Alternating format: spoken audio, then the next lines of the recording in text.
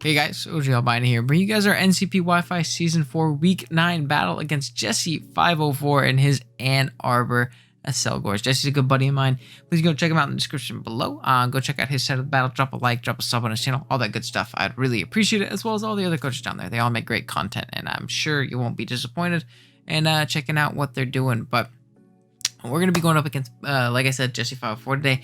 He's a very terrifying team. I think, like, if you look at the first 7 on his team and then like Rodamo are genuinely terrifying. They all synergize so well together. He took over this team for Uzi, who unfortunately had to drop, and yeah, it's genuinely terrifying, especially that Dragon Fairy Steel Core, man, that Guard Chomp, Clefable, Aegislash.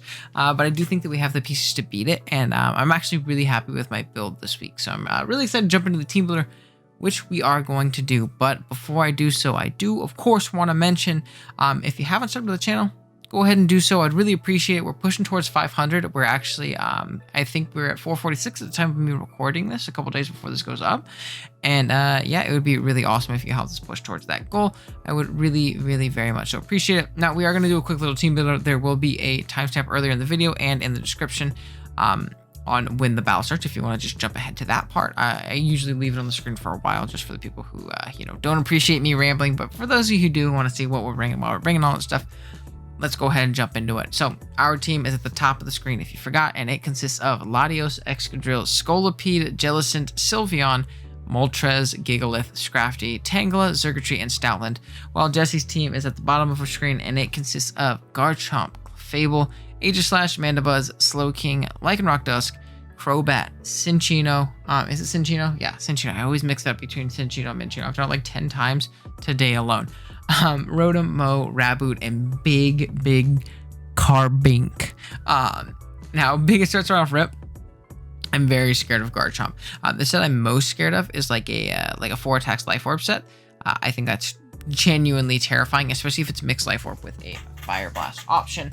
I think like a Earthquake, Scale Shot / Dragon Claw / Outrage, then like Stone Edge plus Fire Blast is genuinely absolutely terrifying for my team to deal with. So we kind of tailor-made our team around of hopefully not losing to that. But again, we'll see what we can do for sure. Clef can be very annoying, especially if it starts setting up on our team. Once it sets up a few cosmic powers, it can honestly kind of muscle through Excadrill with like a, you know, like a weakness policy flamethrower set or something like that. So we're gonna have to be super careful, especially if it wants to go for like a stored power set even as well, like a weakness policy Calm Mind. I mean, like a weakness policy cosmic power set, because our dark type obviously just dies to Moonblast, so it can kind of push through us like that. So something we definitely have to be careful of. Aegislash is Aegislash. It's a really good check to our team. A good majority of our offense, especially things like Scolipede and Latios. Latios is like the worst matchup ever, but spoilers, we're bringing it. Mandibuzz and Slowking are very annoying to break.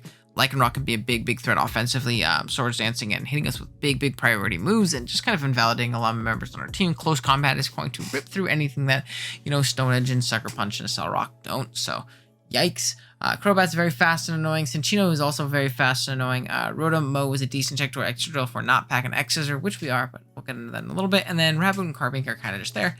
I don't really expect Raboot. It could come. It's not the worst Pokemon in the world. I actually really like Raboot. I think it's a great Pokemon. I think like a Scarf set makes some sense. We also do have a Jellicent, so it doesn't make the most sense. And then Carbink sucks. Unfortunately, Big Bink is probably not coming to this game. But yeah, with that being said, let's jump into our first member, which is going to be our win con, a set I'm very proud of, and that's going to be our Xurkitree. Rocking out with the Thunderbolt. Rocking out with the Leftovers. Beast boosts its ability. Thunderbolt, Substitute, Dazzling Gleam, and Calm Mind. EVs wise, we got 20 HP, 28 defense, 156 special attack, 140 super def, and then 164 speed with a modest nature.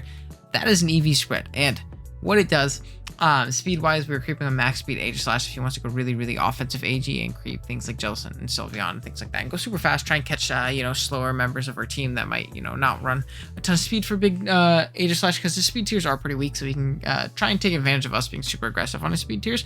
So we are creeping max AG just in case. We kill a max HP AG in blade form with our Thunderbolt, like just off rip. With you know, that 156 modest. Our substitute is not broken by Slowking at +1, by Scald if it's not invested, and then we have the rest in defense. Now, this Pokemon is phenomenal this game, and I'm very proud of this set. The reason I'm proud of this set is because it bullies his fat and it rips his offense. When I say that is, I mean, once I start setting up a Calm Mind, if I set up a Calm Mind on a switch to, some kind of defensive pivot, or set up a substitute on a switch to an offensive pivot, I'm in a great spot. If I'm behind a sub, Garchomp after a little bit chip does not want to take a Dazzling Gleam. If we get a kill prior and we're behind a sub, Garchomp does not take a Dazzling Gleam. We obviously blow through Crobat. Even if it's infiltrated, if we're decently healthy, we will knock it out. Cinccino also doesn't want to take a hit. Now we do have to kind of eliminate Cinccino for the set to work, because Tail Slap will kind of rip through my sub and do a lot of damage, especially if it's like a Life Orb set or like a Banded set. So we're gonna have to be careful about that. And then the Fat, we can just set Calm Minds up on all day. Like I said, we're very Spadef oriented, so we can really take advantage of that Slowking, trying to like stay in and maybe like Toxic us because it can live a Thunderbolt because it's so Spadef bulky, or trying to like, get some Scald Chip off or something like that. We can Calm Mind and then sub and then rip through the offense. And if we're behind a sub, then that Lycanroc can't revenge kill us, which is also very, very nice. So I'm really proud of this set. And I think if we position it correctly, it can kind of just win if we, find the right opportunity to steamroll through, set up that sub, set up that Calm Mind, and then start ripping. But yeah, next up, we're going to have Gigalith rocking out with the Smooth Rocks, Sandstream as its ability, Stone Edge, Stealth Rock, Earthquake, and Heavy Slam. EVs wise, we got 180 HP, 68 attack, 4 defense, 196 Spadef, and 60 speed with an Adamant Nature. I forgot to put the plus in front of the Adamant. I apologize. That's my bad. But yeah, this thing is going to be here to not only set sand, but pivot into some more annoying things. Pivot into the Mandibuzz, pivot into the Clefable, pivot into the Crobat especially too. And it's here to get up rocks, be annoying with its coverage. We are pretty offensive, as you can see. We're 68 Adamant, so we do a lot of damage and stuff like that. We have enough speed for Slowking and a little bit beyond that. We 2-8 KO Spadef Slowking after leftovers, and then we live a Specs Aegislash Flash Cannon if it ends up coming down to that, and then we blow it back with an Earthquake when it's in Blade form. So this Pokemon not only is a good check to everything, it is a good pivot into a lot of his more passive special offense, it's also very good offensively in this game. Stone Edge plus Earthquake is really good, and then Heavy Slam is just something to hit the Clefable a little bit harder. And sure, 2 KOs on max defense variants and stuff like that. Next up, we have our Tangela rocking out with the Eviolite Regenerators, its ability, Giga Drain, Knockoff, Leech Seed, and Sludge Bomb.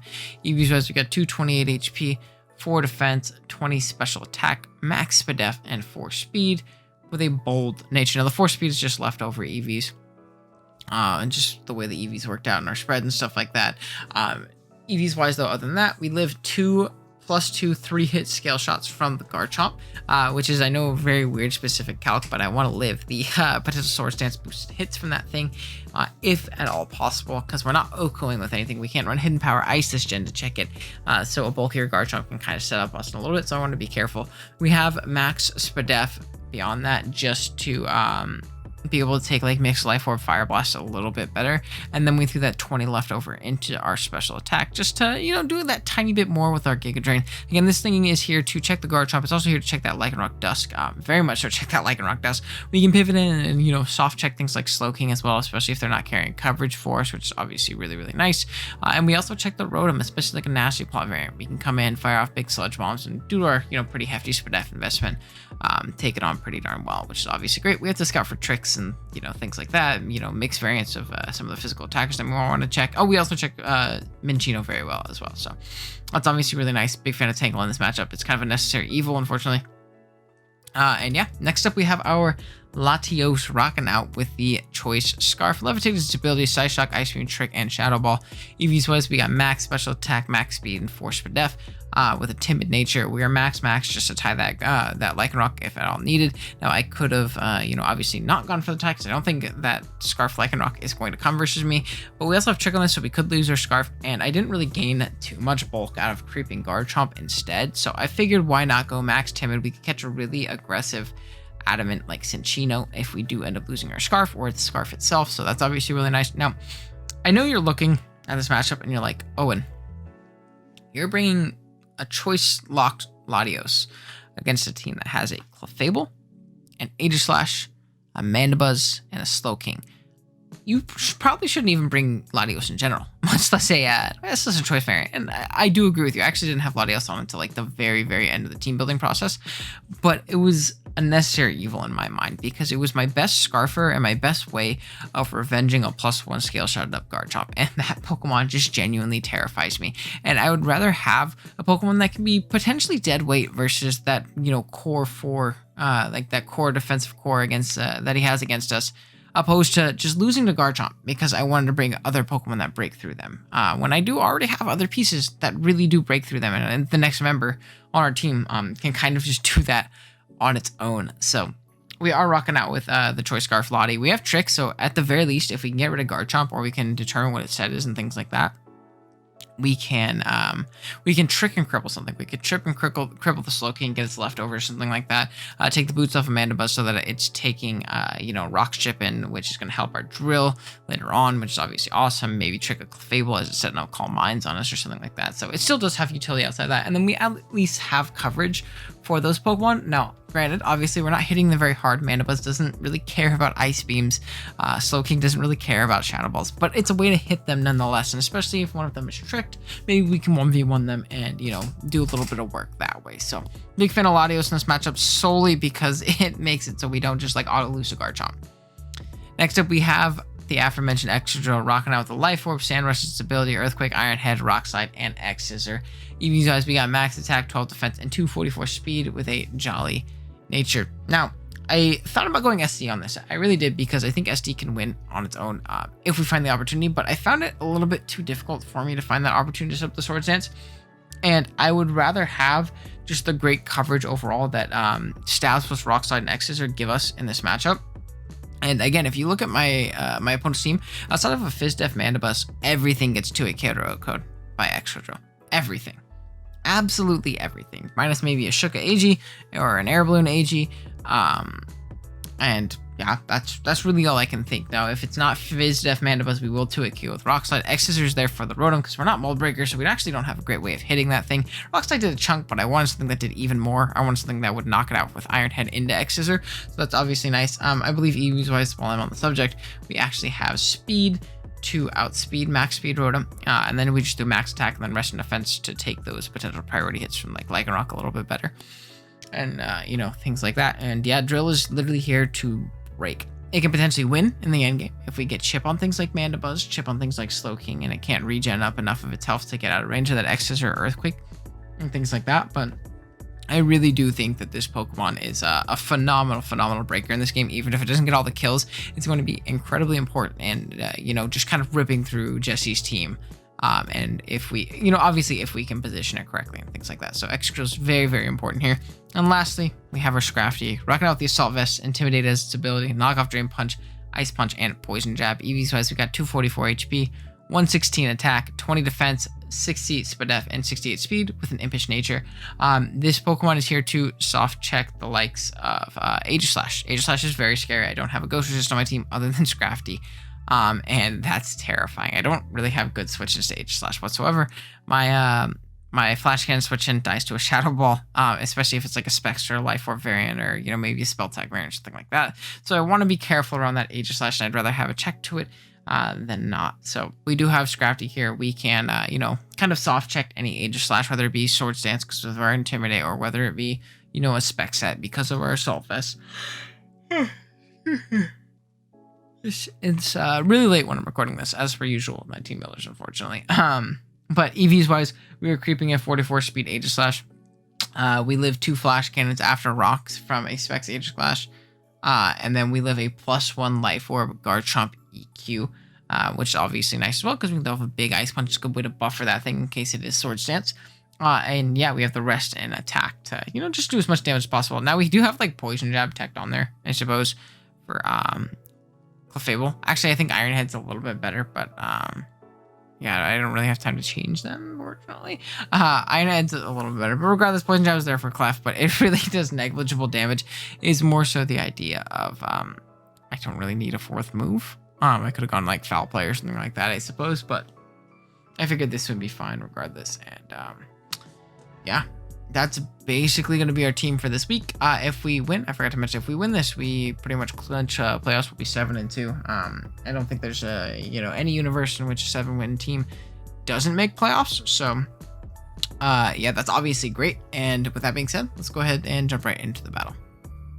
All right, guys, here we are with the battle. You can see the 6 that Jesse elected to bring. He has the Chomp, Clef, AG, which I already had written down. Then we have Slow King, Crobat. Oh, wait, no, he doesn't have AG. What? No AG. That's amazing. My Ghost Resist is Scrafty. Awesome. Crobat, Mandy, and then we also have Cinccino. Okay. Now, after what I want to lead, I kind of want to lead my my Scrafty. I feel like knockoff is incredibly free. Personally, I feel like his best lead is most likely going to be the Cinccino to U-turn out on me. Cinccino, Chomp, something like that. We'll be able to scout and see if the Crobat is inner focus or not, if he wants to lead off with that as well. I think it's nice because if it's inner focus for like the fake out, I mean the intimidate, then it's not infiltrator for our sub Calm Mind Xurkitree. Now, if we get rid of the Cinccino, which is something we need to do in order to not lose to it, in order to win with our thing, then we're going to be in a good spot. So we are going to see a Cinccino lead. We're going to intimidate. Now, I know this thing gets play rough. Cinccino. Let's see if he's play rough. Level 50. This is Choice Banded. Choice Band doesn't even knock us out. So that's good to know. I'm just going to knock off. I would love to knock off this thing's Scarf. He is just going to U-turn. Let's see. U-turn 171 down to 52. So that's 19 damage.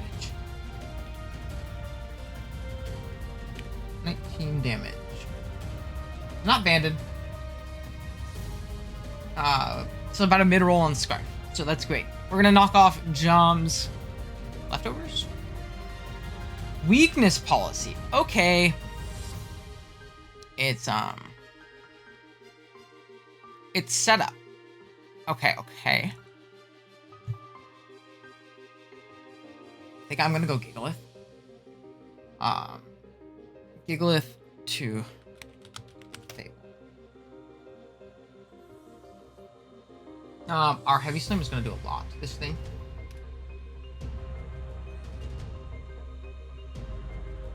We'll see exactly what this thing wants to go for too. He's gonna withdraw. So big doubles. We see the J special.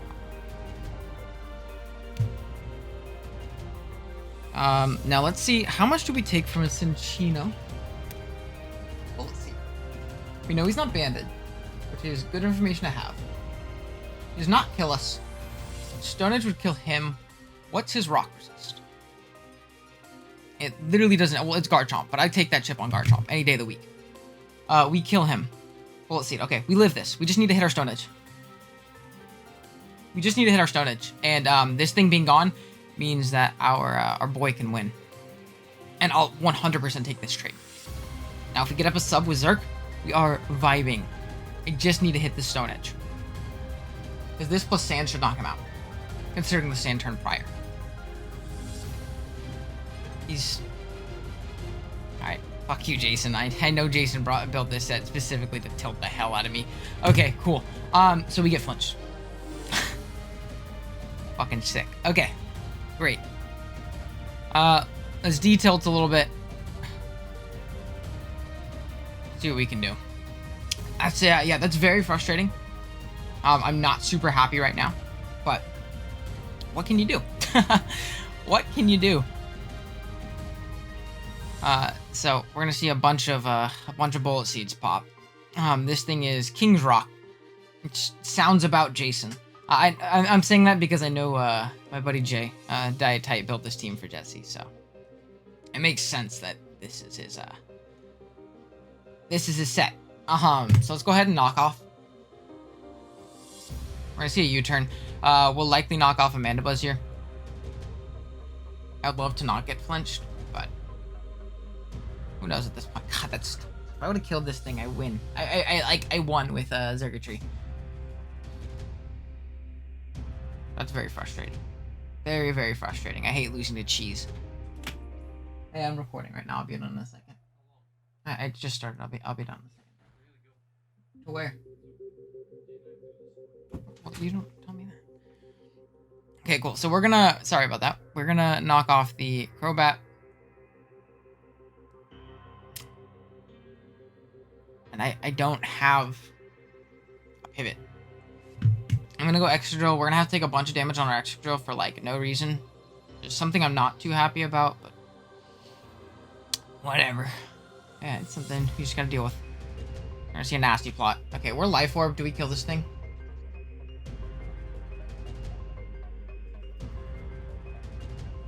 So I'm glad we made that offensive play. Crobat. For sure. Guys, to a Rock Slide. And his only pivot. Please hit. Awesome, we do. This thing's gonna die. Cool. So we knock out the Crobat. That's good. That thing was actually a pretty big threat, and it's one of the only things faster than our Xurkitree win con. One of the 3 things faster, I suppose. So down it goes. Good to see. Good to see.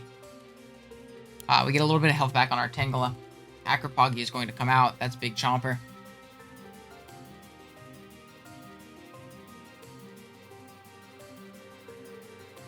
Now, I'm going to make the offensive play of Latios. I don't think you scale shot here. I 2-hit KO you and I outspeed you. I'm going to make the offensive Latios play. Maybe this was a little too aggressive, but Source Stance. Okay, cool. And we have a very free Ice Beam here. A very free Ice Beam. I have to click it because I don't want to risk him staying in. I think it's a bad play for him to stay in. But if he does, I'm super screwed. He could be Haban, so he might be thinking he's safe. He is going to withdraw.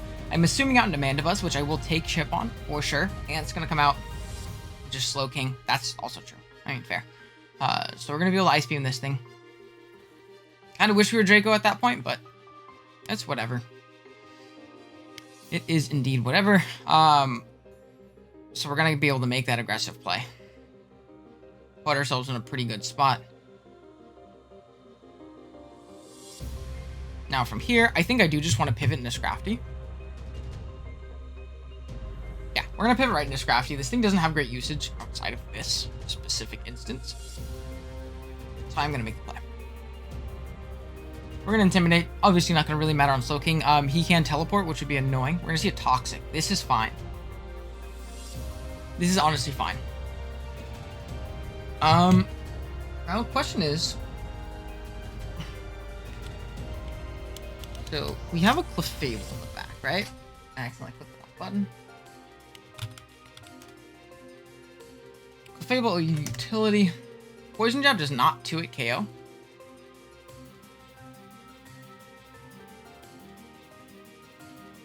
I'm going to make the aggressive double into my Excadrill. So we're going to switch out first. That doesn't mean he stayed in. Obviously, he could just be slower than us, which he should be slower than us unless he's like max speed. I don't think you teleport. I think teleport's a bad play. Yeah. Okay, cool. So he's going to go out into either Mandibuzz or the Clefable. And this is awesome because now I get a very, very free Iron Head off. Now, I wish I had rocks on this thing, but I don't. So, not much we can do about that, unfortunately. But hey, it's all good. We're going to see a hard switch out into Hacker Poggy, which is going to be the Garchomp. I will take this damage. That is a clean 2-hit KO. We see it's rough skin, as he had to be. So, I'll take that.